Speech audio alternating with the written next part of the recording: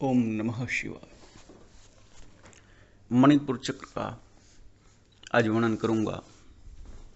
जो चक्र साधना में है वो मणिपुर चक्र के लाभ ले सकते हैं। नाभि मूल में इसका स्थान है और वायु तत्वों से और हिम्मत बढ़ाने से इसका सीधा संबंध है। कभी कभी शरीर में जब वायु ज़्यादा हो जाती है तो वात विकार उत्पन्न हो जाते हैं और कई बार वायु केवल मन में बढ़ जाए तो मनुष्य के अंदर हिम्मत बढ़ जाती है, उत्साह बढ़ जाता है और वायु के कम हो जाने से ही निराशा और डिप्रेशन जैसे विकार उत्पन्न हो जाते हैं। व्यक्ति के अहंकार, प्रभुत्व व धाक जमाने की भावना, नाम कमाने की इच्छा, सर्वश्रेष्ठ बनने की ललक तथा शक्ति अर्जन के प्रयास इसी चक्र के प्रभाव क्षेत्र में आते हैं। इसके अलावा संघर्ष, प्रायश्चित, निस्वार्थ सेवा, धर्म, सत्संग या कुसंग माने बुरी संगति, निष्ठा, दृढ़ता आदि भी इसी चक्र से प्रभावित होते हैं। संगति का अर्थ है संग संग गति करना या साथ साथ गति करना,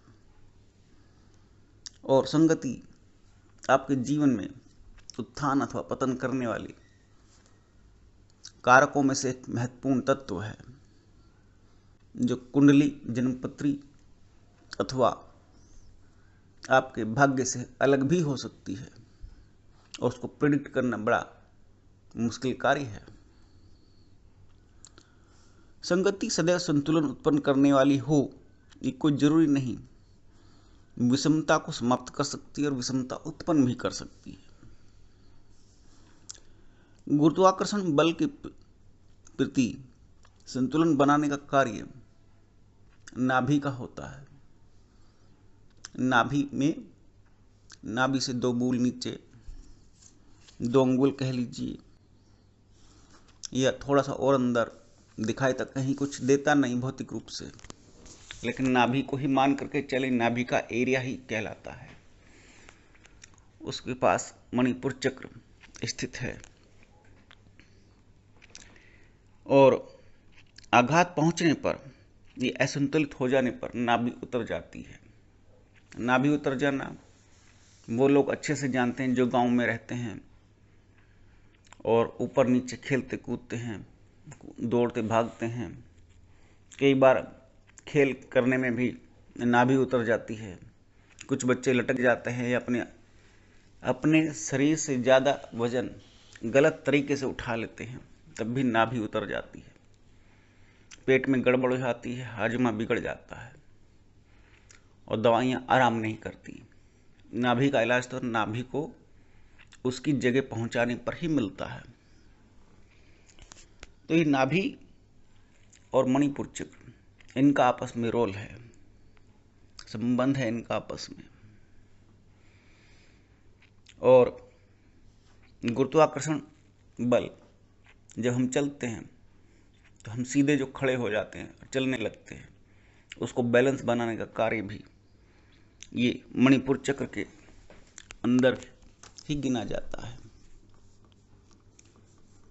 रॉकेट को जिस प्रकार से अंतरिक्ष में जाते समय गुरुत्वाकर्षण सीमा का अतिक्रमण करते समय एक विशेष बल की आवश्यकता पड़ती है, उसी प्रकार कुंडलिनी शक्ति को भी ऊपर के चक्रों पर ले जाने के लिए मणिपुर चक्र का भेदन करने में विशेष बल लगाना पड़ता है।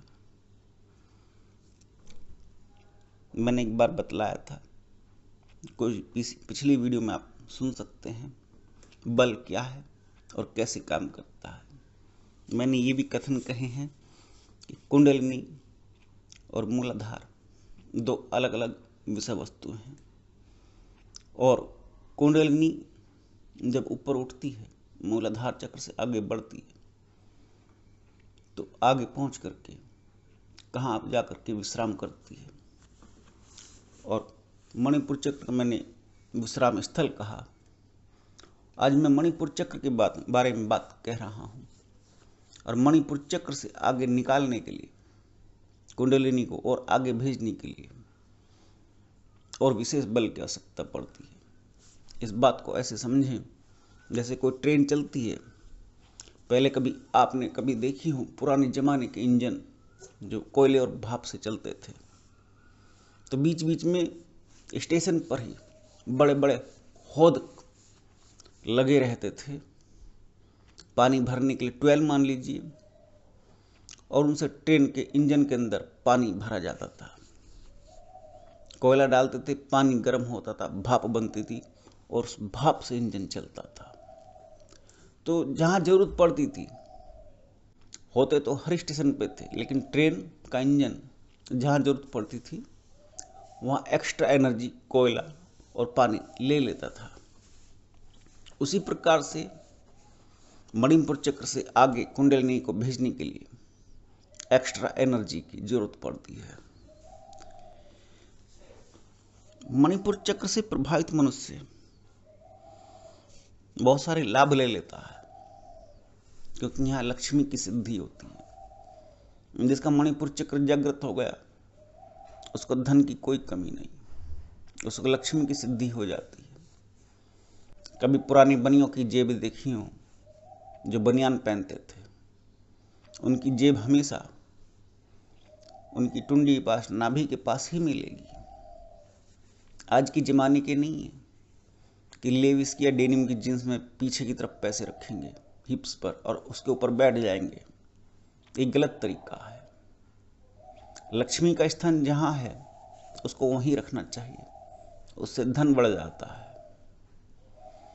तो पुराने ज़माने के बनिए या लाला लोग और भी बहुत से लोग, मैंने भी बचपन में पहने हैं ऐसे बनियान।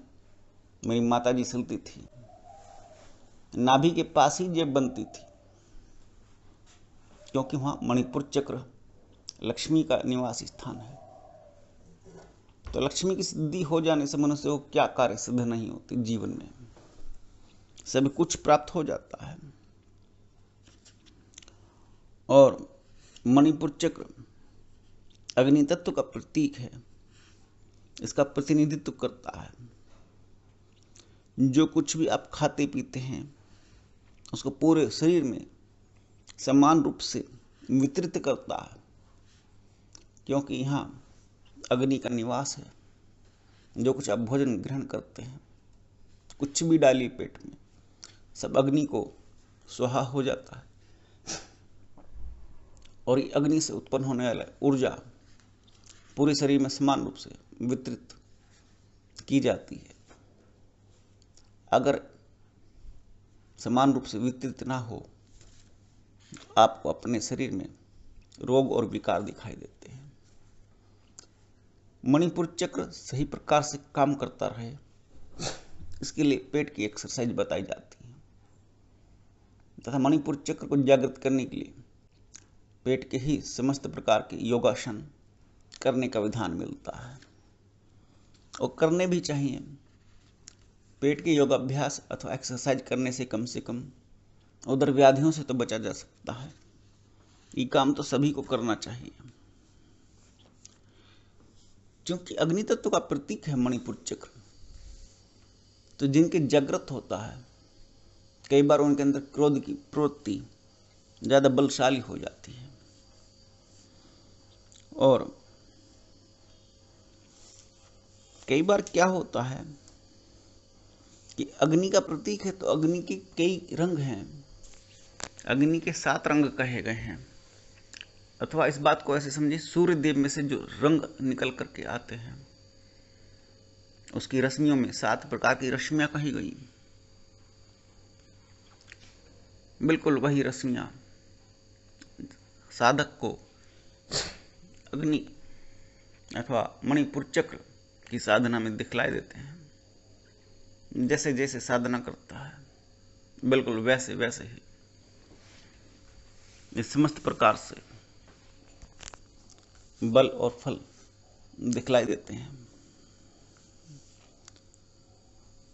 और मणिपुर चक्र जब अपनी पूर्णता प्राप्त कर लेता है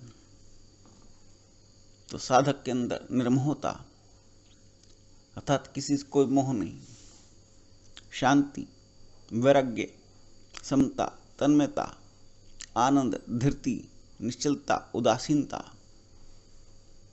उदासीनता को संभाव समझे, अर्थात उतावलापन खत्म हो जाता है। तो ऐसे गुण उत्पन्न हो जाते हैं। मैंने कुछ ये मणिपुर चक्र का एक छोटा सा संक्षिप्त सा एक परिचय दिया। किसी और समय पर कुंडलिनी और मणिपुर चक्र इसके बारे में कथन कहूंगा। नमस्कार।